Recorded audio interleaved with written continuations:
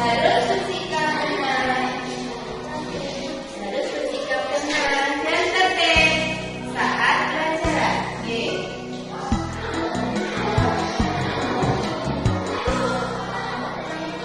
Ya, tenang dan tertib.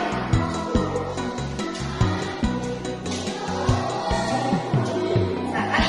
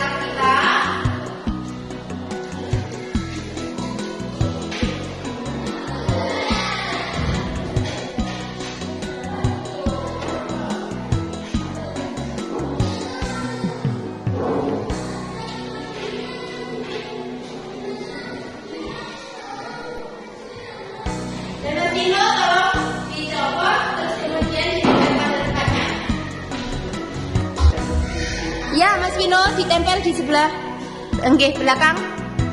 Yang lurus nggih.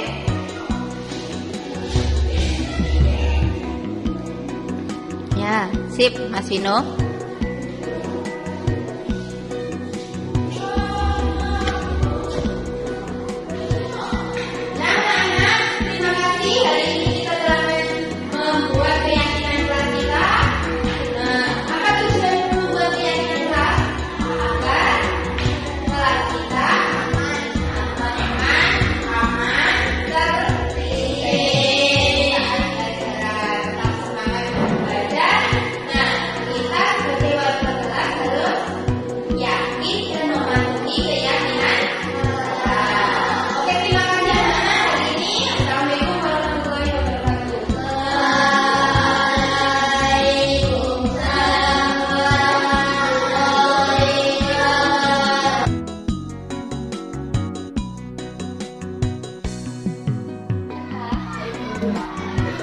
Hari ini apa? Happy. Jadi ya, Bapak tahu dipakai dengan apa? Tidak tahu. Ya, tidak cuma tidak ada akal. Tidak cuma mau tanya Bapak. Kemarin hari Sabtu ada kejadian. Dia menjual demokrasi. Mau kejadian demokrasi. Kenapa sih Bapak? Kok makinnya dicoret-coret? Masih mah. Oh, Mbak Ipa pengen ngambil latihan di situ, maksudnya dimakinnya kelas 5. Ya, Mbak Ipa kan kelas 6. Terus Mbak Ipa kan bilang lagi kelas 6. Ya, setiap kelas punya aturan atau cara untuk menandakan latihan masing-masing apa enggak, Mbak? Ya, oke. Terus harusnya menandakan terus kenapa kok kelas 5? Jadi anak kelas 5 kok makinnya dicoret-coret gitu. Oh, pengen ikut-ikut di kelas 5 berarti kalau pengen ikut-ikut mendengarkan kelas 5 seharusnya gimana Kak? Kembalinya diserahkan di kertas, terus diserahkan ketua kelas 5. Berarti kalau kata tadi hanya peraturan kelas 5 mungkin peraturan di cara menandakan lagi kita. Nah, kalau ingin mendengarkan lagi kelas 5 minta izin ke ketua kelas. Nanti ketua dari itu untuk dilakukan kembali dalam kode. Jadi Pak sekarang sudah tahu kalau kode ini harus jadi harus diulang. Oke. Terus sekarang lakukan Mbak Ipa apa untuk memperbaiki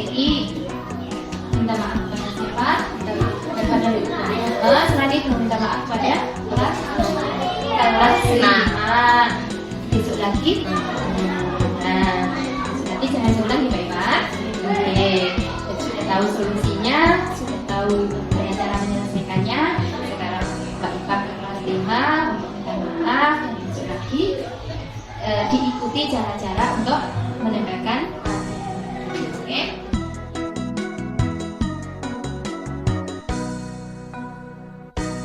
Bismillahirrahmanirrahim. Assalamualaikum warahmatullahi wabarakatuh. Alhamdulillah rabbil alamin. Wassalatu wassalamu ala asrofil anbiya'i wal mursalin wa ala alihi washabihi ajma'in. Pertama, mari kita berikan puji dan syukur kepada Allah SWT yang telah memberikan rahmat taufik serta hidayahnya kepada kita pada kesempatan pagi jelang siang ini tanpa ada suatu Allahumma amin. Salawat serta salam semoga tetap terlimpahkan pada junjungan kita Nabi Muhammad SAW yang kita harapkan syafaatnya kelak di yaumil qiyamah. Amin. Amin. Doanya di mana di sini akan menyampaikan bahwasanya dalam kegiatan pada pagi hari ini yaitu tentang pembahasan diseminasi budaya positif di sekolah SDN Luangindeng yang akan disampaikan oleh Ibu Istiwa Ida Pujana SPD CDP Angkatan 7 Kabupaten Ponorogo yang bertempat di Sawu. Dengan demikian, sebelum memasuki acara tersebut, marilah kegiatan kita buka dengan baca basmalah.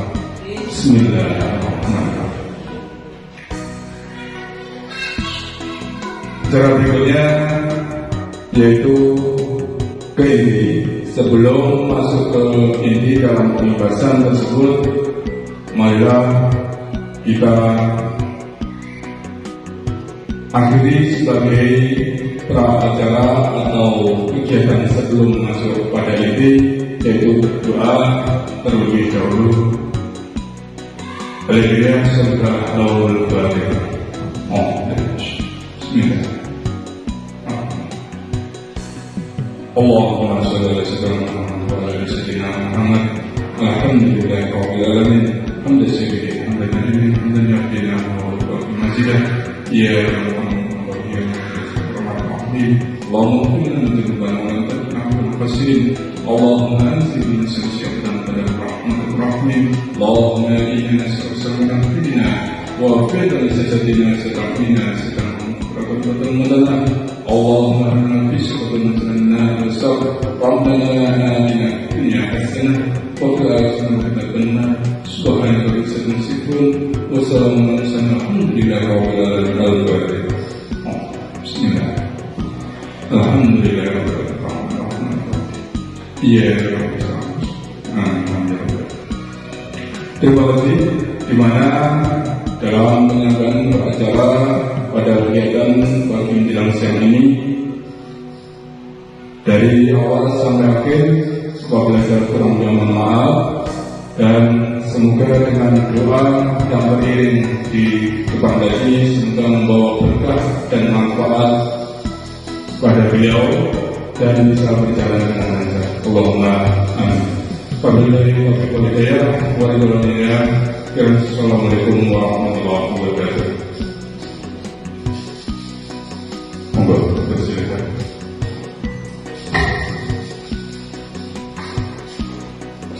Terima kasih. Assalamualaikum warahmatullahi wabarakatuh. Alhamdulillahirabbil alamin. Hari ini kita dapat berkumpul dengan Bapak Guru hebat dari SDN Luangindeng. Saya ucapkan terima kasih atas kesempatan yang diberikan kepada saya, atas berkenannya panjenengan semua meluangkan waktu mengikuti acara yaitu diseminasi budaya positif di sekolah, yaitu modul 1 Kabupaten Ponorogo. Nah, Bapak Ibu Guru, budaya positif, jika kita mendengar kata positif, itu pasti yang ada pada anak-anak kita adalah segala sesuatu yang berkaitan dengan tindakan yang baik. Latar belakang dari budaya positif itu dalam dunia anak-anak, yaitu Bapak Ibu, dunia bermain. Mereka belajar dalam dunia bermain. Tumbuh kembang mereka menjadi tujuan utama dalam pendidikan. Nah, di masa-masa emas ini mereka membutuhkan banyak kasih sayang, bermain, dan tentunya belajar sesuai dengan standar tingkat tercapainya anak sesuai dengan usianya. Nah, Bapak Ibu, sebagai guru, kita diharapkan untuk memberikan mereka pembiasaan-pembiasaan yang nantinya akan mereka miliki, yaitu nilai-nilai budaya positif yang akan mereka gunakan atau yang akan mereka terapkan dimanapun mereka berada. Itu yang dunia pendidikan harapkan. Nah, jika kita menilik dari pendapat Ki Hajar Dewantara, tujuan pendidikan nasional itu menuntun segala kodrat yang ada pada anak-anak agar mereka dapat mencapai keselamatan dan kebahagiaan yang setinggi-tingginya, baik sebagai manusia maupun masyarakat. Jadi, anak itu diharapkan untuk mencapai kebahagiaan jiwa dan raga mereka. Mereka berhasil jiwa dan raga mereka, baik sebagai makhluk individu maupun sebagai makhluk sosial, baik di rumah maupun ketika mereka bersosialisasi di masyarakat. Kemudian Bapak Ibu, apa sih keuntungan dari budaya positif itu? Nah, sebagai seorang guru, perlu sekali kita memahami pentingnya mengetahui kebutuhan belajar dan lingkungan yang memfasilitasi anak didik kita. Itu di sekolah, kita harus menciptakan suasana aman dan nyaman sehingga mereka dapat pengalaman yang ada pada diri mereka yang positif. Mereka akan membawa pengalaman positif itu yang mereka dapatkan di sekolah, itu akan mereka bawa di rumah, kemudian akan mereka bawa dan terapkan di masyarakat. Nah, ini perubahan paradigma Bapak Ibu tentang kontrol pada diri kita. Siapa yang dapat mengontrol budaya? Siapa yang dapat mengontrol budaya positif dalam diri kita? Itu diibaratkan seperti genggaman tangan. Coba Bapak Ibu lakukan genggaman tangan ini. Siapa yang menyuruh untuk menggenggam? Misalnya orang lain. Genggaman. Kemudian dalam genggaman tangan Bapak Ibu itu tolong diisi sesuatu yang sangat berharga. Misalnya cincin, ataupun misalnya suatu tulisan yang penuh dengan rahasianya Bapak Ibu. Akankah Bapak Ibu mau membuka tangan atas permintaan orang lain? Jawabannya juga ada dua. Pasti jawabannya kalau tidak ya, juga mungkin tidak. Bagaimana jika ada yang memaksa kita? Misalnya, Pak Santoso, ayo buka tanganmu. Kamu pokoknya ayo. Diancam dengan seperti itu. Mungkin kita juga mau membuka karena kita takut dengan ancaman Pak Santoso. Mungkin Bu Wenda dengan cara yang lebih lembut. Ayo nak, buka tanganmu. Nanti kalau kamu membuka tanganmu, kamu akan dapat hadiah. Gitu. Lah, mungkin juga anak akan memberikan sesuatu yang berharga itu kepada sepeda karena apa? Ada imbalan, saya akan mendapatkan imbalan. Nah, dari genggaman tangan ini kita belajar bahwa sebetulnya yang mengontrol diri kita itu ya kita sendiri. Tetapi dengan adanya motivasi-motivasi dari luar, itu kita juga bisa berubah. Tapi keputusan tetap ada pada diri kita. Kita mau membuka ataupun kita tetap berpegang teguh pada pendirian kita, tetap mengepalkan tangan kita. Nah, itu genggaman tangan itu juga mengajarkan pada kita, Bapak Ibu, yaitu tentang miskonsepsi yang sering kita lakukan atau yang sering orang tua lakukan kepada anak-anaknya, Bapak Ibu guru kepada murid-muridnya, ataupun orang-orang tua terhadap orang-orang muda, yaitu guru itu selalu mengontrol muridnya. Tidak boleh ini, tidak boleh itu, harus ini, harus itu. Itu ilusi dari guru. Pikiran semua guru seperti itu. Pikiran semua orang tua seperti itu. Kemudian ilusi bahwa kritik dan membuat orang merasa bersalah dapat menguatkan karakter. Ayo, bajumu gini dan sebagainya, itu kita merasa bahwa jika anak sudah kita kritik, besok mereka akan berubah, menguatkan karakter mereka. Nah, itu juga ternyata adalah ilusi. Hanya ilusi dari seorang guru ataupun seorang orang tua. Kemudian ilusi bahwa semua penguatan positif efektif.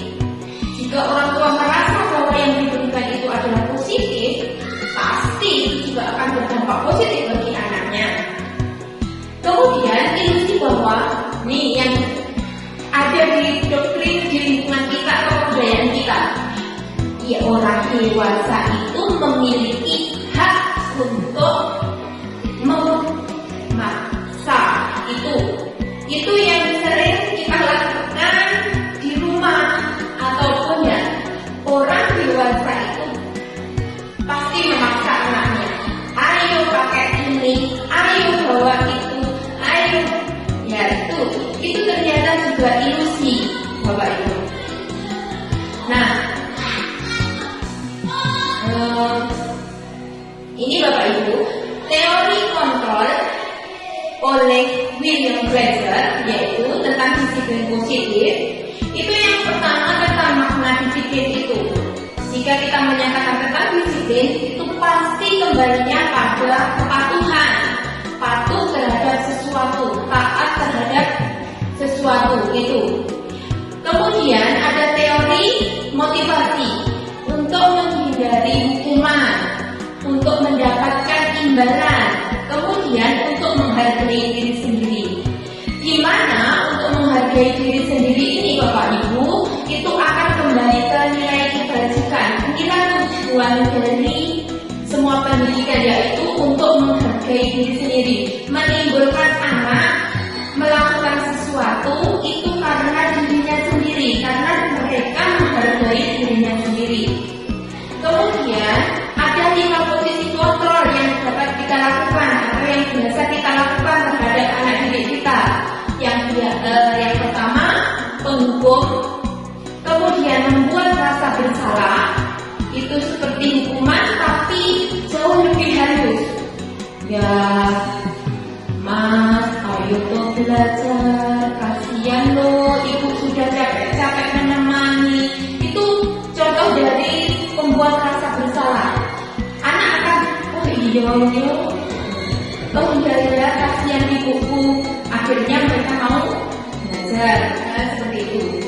Kita juga bisa menjadikan teman terhadap anak didik kita, teman terhadap anak kita. Selanjutnya kita memantau.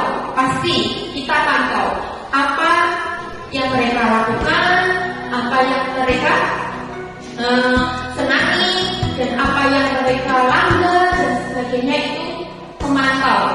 Nah, yang terakhir adalah sebagai manajer. Dan itulah Bapak Ibu yang diharapkan, bahwa semua guru itu harus bisa menjadi manajer bagi dirinya sendiri, bagi teman sejawat, dan bagi muridnya. Manajer di sini apa? Ya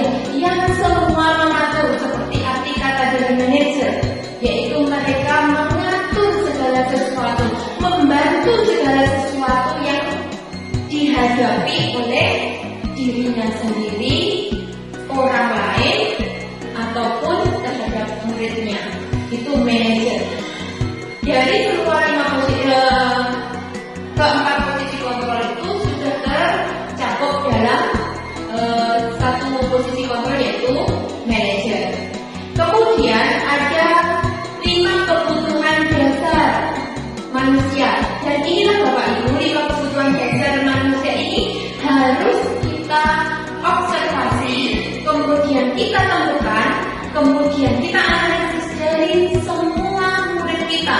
Setiap murid kita pasti membutuhkan 5 kebutuhan dasar sebagai manusia itu. Si A, kebutuhan dasarnya pasti berbeda dengan si B. Tuh, ada yang bertahan hidup, ada yang penguasaan, ada kasih sayang, kemudian diterima, kasih sayang dan rasa diterima, kesenangan, kemudian ada kebebasan. Misalnya ada anak yang kalau kita ngajar itu ribet mawar ataupun di dekat kita saja. Nah, kemungkinan besar adalah kebutuhan dasar yang mereka butuhkan saat itu adalah tentang kasih sayang. Ada juga anak yang seperti itu, yang inginnya itu menang sendiri, bermain di sana pengen ikut, bermain di sini pengen ikut, bermain di situ pengen ikut. Karena mereka pengen itu juga, mereka pengen mendapatkan suatu penguasaan. Mereka pengen berkuasa di tempat itu, pengen aku loh yang paling menonjol. Jadi dengan cara yang seperti itu, bapak ibu gurunya pasti akan memperhatikan saya. Itu penguasaan dari individu tadi. Kemudian bapak ibu, makna disiplin. Disiplin itu ternyata berasal dari kata disiplin yang artinya belajar. Jika di kebudayaan kita bapak ibu, makna disiplin itu untuk mendapatkan kepatuhan. Kalau kita mendengar kata disiplin, pasti kita harus patuh. Kecenderungan umum dihubungkan dengan ketidaknyamanan. Maksudnya ketidaknyamanan di sini, kita disiplin karena suatu aturan. Jika kita tidak memiliki motivasi dari internal yang menghargai diri kita sendiri itu tadi, maka pasti akan timbul suatu ketidaknyamanan dalam diri kita. Bukan dengan apa yang kita hargai atau capai suatu tujuan yang mulia. Tuh, Bapak Ibu. Kemudian nilai-nilai kebajikan universal untuk mencapai budaya positif itu, yaitu ada pada profil pelajar Pancasila yang sekarang kita pelajari dalam IKN atau kurikulum merdeka. Itu nilai-nilai kebajikan universal. Ternyata walaupun kita belum melaksanakan IKN secara penuh, tetapi nilai-nilai kebajikan universal yang tergabung dalam profil pelajar Pancasila itu berhak atau wajib kita laksanakan dalam kelas. Beriman dan bertakwa kepada Tuhan Yang Maha Esa, kemudian bertanggung jawab, kemudian itu ada kreatif, ada mandiri, ada bernalar kritis, berpikiran global dan sebagainya. Nah, itu dari semuanya ini, nilai-nilai universal ini, apa langsung kita terapkan secara bersama-sama? Tentu tidak. Tetapi dengan suatu kegiatan, paling tidak kita munculkan satu atau dua dari nilai-nilai kebajikan universal tersebut. Nah, kemudian Ibu, nih tujuan disiplin positif itu satu itu yang tujuan utamanya itu adalah menumbuhkan motivasi internalnya, yaitu untuk menghargai diri sendiri. Kita mengharapkan anak didik kita untuk disiplin positif, memiliki keyakinan atau memiliki tingkah laku yang positif itu karena motivasi internal. Nah, untuk poin 1 dan 2 itu adalah motivasi eksternal, yaitu menghindari anak mematuhi peraturan sekolah itu karena menghindari hukuman. Untuk mendapatkan imbalan, mungkin kita siapa yang bisa maju nanti akan mendapatkan ini. Siapa yang sing anteng dapat bisa dan sebagainya, itu adalah mendapatkan imbalan. Terus, apakah poin 1 dan 2 itu juga penting? Tentu, karena pada dasarnya Bapak Ibu, untuk anak-anak terutama kelas 1, 2, 3 itu ya motivasi yang utama pertama kali itu yang dibangun adalah motivasi eksternalnya. Kemudian kita harus melatih yaitu yang motivasi internal. Jadi motivasi eksternal dan motivasi internal itu juga sama-sama penting. Kemudian Bapak Ibu, bagaimana jika terjadi pelanggaran, entah itu di sekolah ataupun entah itu di kelas? Yang pertama, kita ada hukuman. Hukuman itu sifatnya tiba-tiba. Kemudian terjadinya itu hanya satu arah, siswa tidak dilibatkan, anak tidak dilibatkan dalam pelaksanaan hukuman itu. Jika anak melanggar A, langsung hukumannya B, misalnya seperti itu. Anak tidak akan tahu apa hukuman yang saya akan dapat. Itu hukuman juga bisa berbentuk fisik maupun psikis. Itu kemudian ada apa itu namanya? Hukuman bersifat satu arah dari pihak guru yang memberikan dan murid hanya menerima. Kemudian Bapak, ada konsekuensi yang kedua. Jika terjadi pelanggaran, konsekuensi. Ini jauh lebih baik dibandingkan hukuman. Konsekuensi, karena konsekuensi itu terbentuk setelah kita adakan atau musyawarah dengan murid. Misalnya, jika kita nanti tidak mengerjakan PR, apa? Ayo, konsekuensinya, milik dapat apa? Dan anak akan tahu, sudah akan siap bahwa saya tidak mengerjakan PR, besok saya disuruh untuk menulis 10 kali. Jadi anak sudah siap, sudah tahu aku melaksanakan ini, saya melanggar ini, dan saya akan mendapatkan ini. Jadi dua arah. Ini jauh lebih baik dibandingkan hukuman, karena anak itu rasa cederanya adalah tidak nyamannya pada diri anak itu hanya jangka pendek dibandingkan dengan hukuman. Kalau hukuman mungkin jangkanya panjang sampai tua. Kemudian saya dulu pernah dihukum ini, itu akan ingat. Kalau ini konsekuensi. Selanjutnya kita memiliki yaitu penghargaan. Ini yang sering sekali kita lakukan adalah penghargaan. Bintang 1, bintang 2, bintang 3, permen 1, permen 2, permen 3, dan ternyata penghargaan yang seperti ini itu cenderung tidak baik Bapak Ibu jika kita lakukan itu. Karena apa? Jika seperti itu, tidak semua anak itu merasa kita hargai. Tidak semua anak memiliki kemampuan yang sama. Jadi anak yang tidak memiliki kemampuan, maka dia kreativitasnya akan mati. Dia akan bilang, pasti aku tidak dapat. Ya sudah, saya tidak akan menggambar, saya tidak akan mengerjakan. Seperti itu. Menurut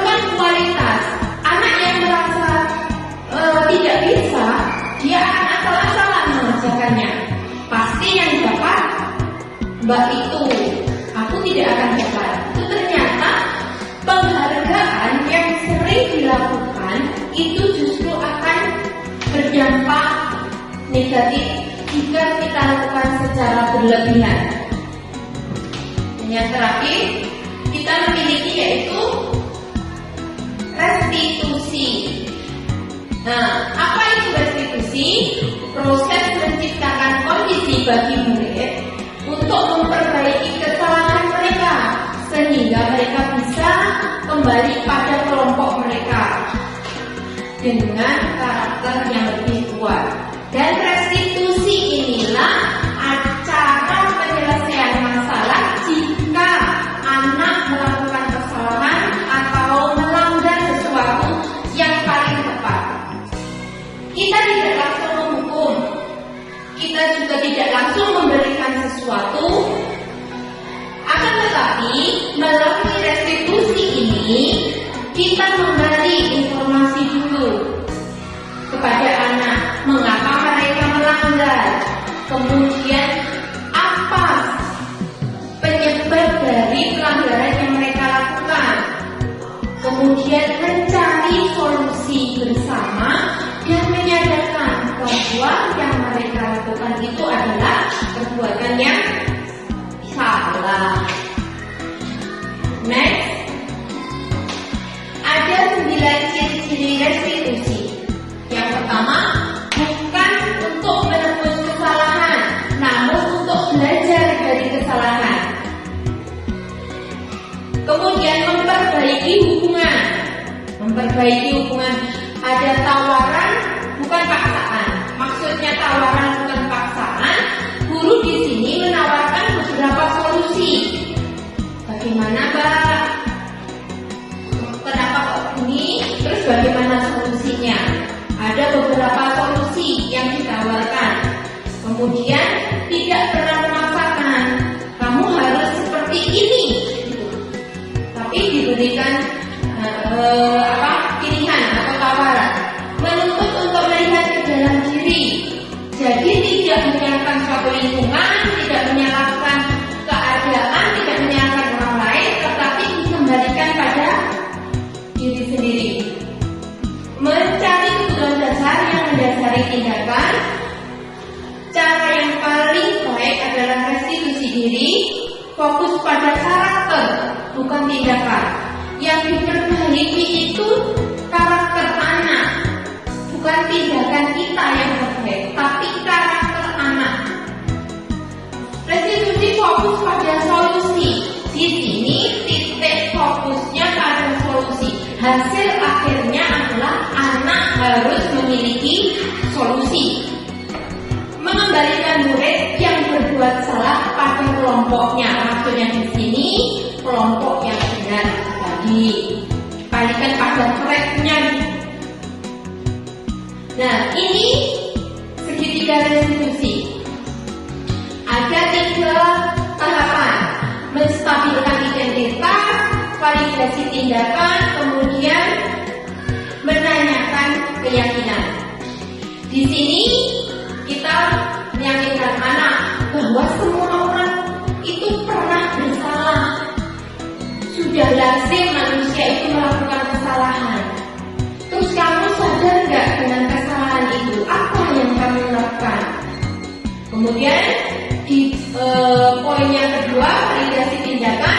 Kamu tentunya punya alasan. Tanya alasannya. Kenapa kamu melakukan ini? Nah, kenapa kamu ini?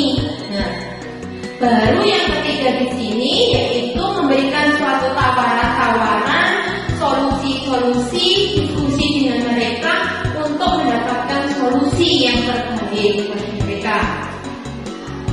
Nah, itu Bapak Ibu ada 3 langkah dalam penyelesaian masalah yang dihadapi oleh anak ataupun masalah yang dihadapi teman sejawat kita. Bisa jadi seperti itu.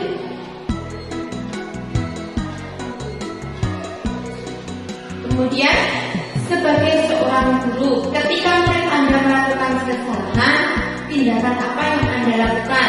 Tentu sudah dijawab tadi, yaitu dengan menerapkan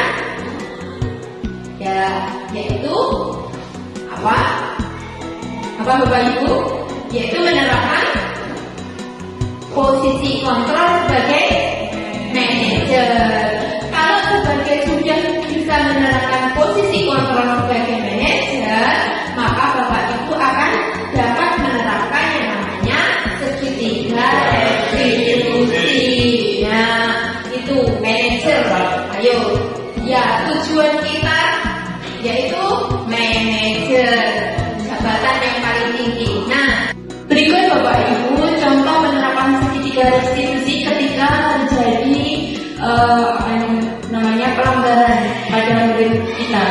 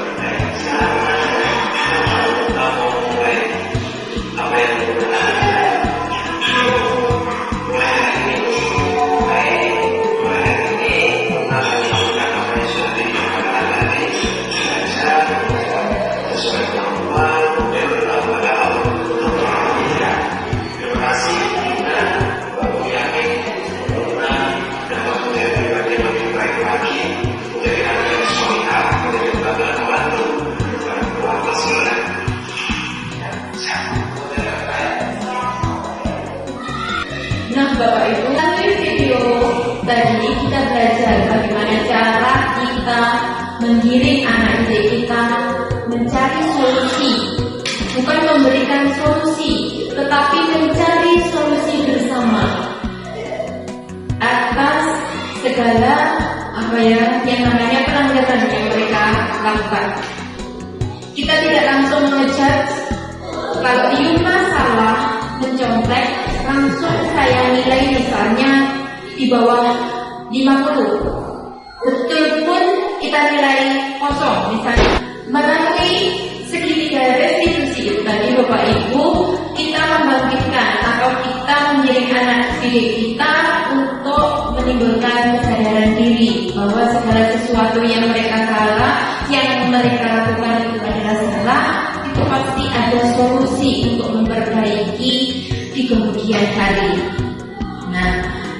nanti kita harapkan kita dapat berkolaborasi menerapkan segitiga restitusi setelah acara pembebasan ini. Kemudian, nah Bapak Ibu, permasalahan itu bisa dikatakan melanggar itu karena kita sebelumnya itu adalah membentuk suatu keyakinan kelas. Mengapa harus keyakinan, bukan peraturan? Apa yang kita lakukan kebanyakan dari sekolah ataupun kebanyakan dari kelas itu adalah peraturan. Jika peraturan itu yang membuat hanya satu pihak, tidak ada kesepakatan, itu peraturan. Tapi jika keyakinan itu apa bisa dilakukan di sekolah? Tentu bisa keyakinan kelas, bisa keyakinan sekolah, bisa keyakinan kelompok. Nah, sesuai dengan penerapan lingkungannya. Nah, mengapa harus keyakinan kelas? Yang pertama, peraturan harus menggunakan helm bila mengendarai kendaraan roda 2. Mengapa harus demikian? Itu peraturan Bapak Ibu, harus kita taati. Senang tidak nyaman ataupun apapun yang kita rasakan, kita harus patuh terhadap peraturan tersebut. Siapa yang membuat peraturan tersebut? Ya pemerintah. Kita tidak ditanya apa yang kamu rasa, apa yang membuat kamu tidak nyaman dan sebagainya. Itu kita tidak ditanya. Itu peraturan.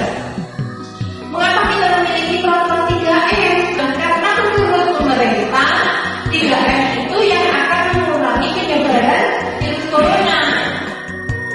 Apakah kita harus ditanya apa aja? 3M itu apa mengganggu sosialitas kita atau mengganggu keberadaan di lingkungan kita? Tidak, karena pemerintah sudah menentukan suatu peraturan hal tersebut dan kita sebagai masyarakatnya wajib untuk mematuhi.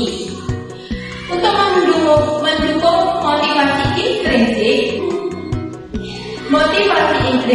kembali ke nilai-nilai keyakinan yang menggerakkan seseorang dibandingkan mengikuti serangkaian peraturan-peraturan. Di sini kalau keyakinan itu dibentuk karena adanya suatu kesepakatan. Pembuatan keyakinan sekolah atau kelas itu ada beberapa langkah. Yang pertama, bersifat lebih abstrak daripada peraturan, yang lebih rinci dan konkret. Keyakinan kelas berupa pernyataan universal. Pernyataan keyakinan kelas senantiasa dibuat dalam bentuk positif. Keyakinan kelas hendaknya tidak terlalu banyak, hanya simpel Bapak Ibu, simpel saja keyakinan kelas itu dan mudah dipahami. Misalnya jujur, berarti di semua aspek itu harus jujur.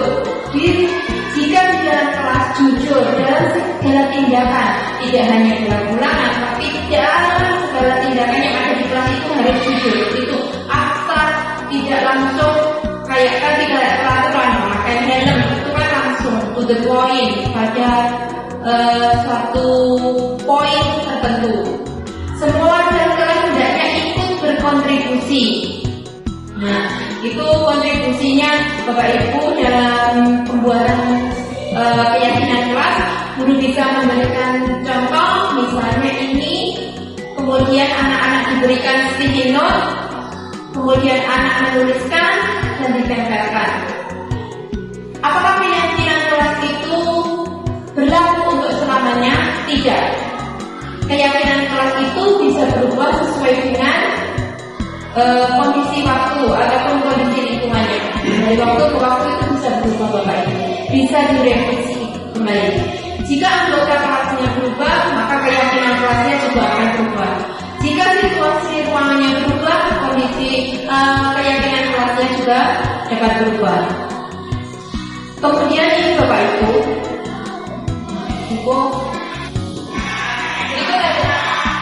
berikut ini Bapak Ibu contoh pembuatan keyakinan kelas.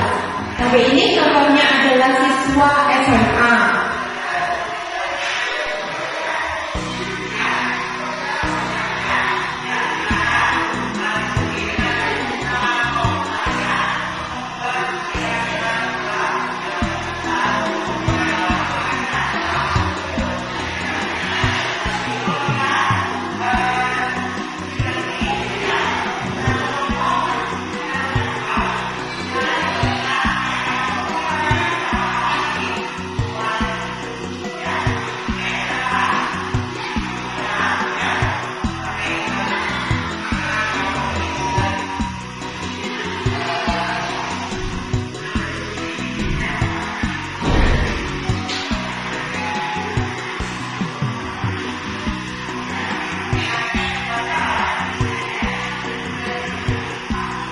ini dilakukan jika muridnya banyak, jadi bisa dilakukan perwakilan kelompoknya. Tapi jika muridnya hanya terbatas seperti di sekolah kita, maka bisa satu anak itu menuliskan satu keyakinannya. Nanti kemudian guru membantu anak untuk merevisi keyakinan kelasnya, mulai dari kalimatnya ataupun mulai dari membentukkan maksud dan tujuannya. Itu menuliskan.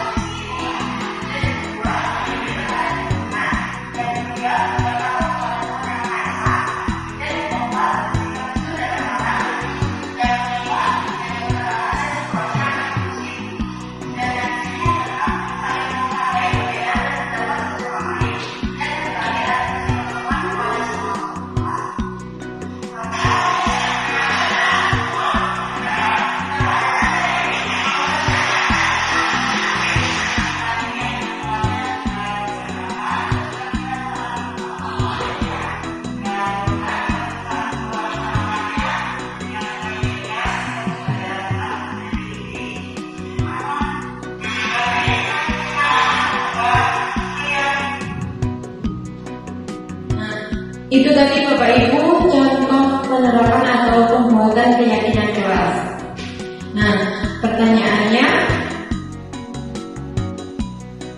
jadi, apakah keyakinan kelas itu dapat dilaksanakan di siswa SD? Tentu. Kalau guru kelas tinggi mungkin akan lebih mudah mengarahkan anak didiknya. Terus bagaimana di kelas rendah? Ya, kita hanya mengajarkan pada anak bahwa di kelas itu harus seperti apa, misalnya seperti itu.